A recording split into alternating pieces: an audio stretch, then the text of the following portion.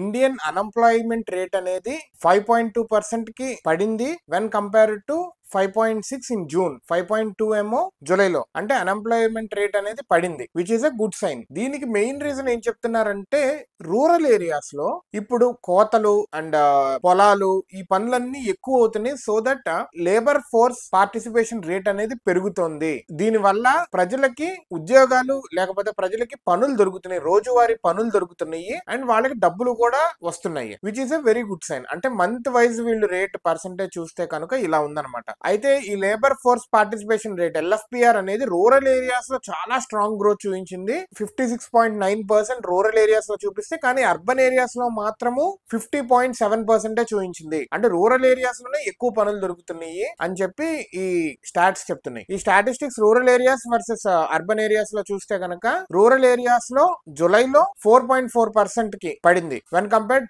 June లో 4.9% ఉంది. అంటే 4.9% నుంచి 4.4% కి పడింది, which is a good sign. అదే వెన్ కంపేర్డ్ అర్బన్ ఏరియాస్ లో మాత్రము 7.1% నుంచి 7.2% కి పెరిగింది అన్ఎంప్లాయ్మెంట్ అనేది. సో దీని యావరేజ్ అనేది చూస్తే కనుక గుడ్ సైన్ చూపించింది ఇండియా వైడ్. కానీ రూరల్ ఏరియాస్ అర్బన్ ఏరియాస్ లో చూస్తే కనుక అర్బన్ ఏరియాస్ లో అన్ఎంప్లాయ్మెంట్ 0.1% పెరిగింది, రూరల్ ఏరియాస్ లో ఏమో కొంచెము డీసెంట్ అమౌంట్ డిక్రీజ్ అయ్యింది. సో ఇదంతా కూడా లైక్ పంటలు కోతలు ఇదంతా సీజన్ వచ్చేసరికి అక్కడ పనులు ఎక్కువ దొరుకుతున్నాయి అని చెప్తున్నారు.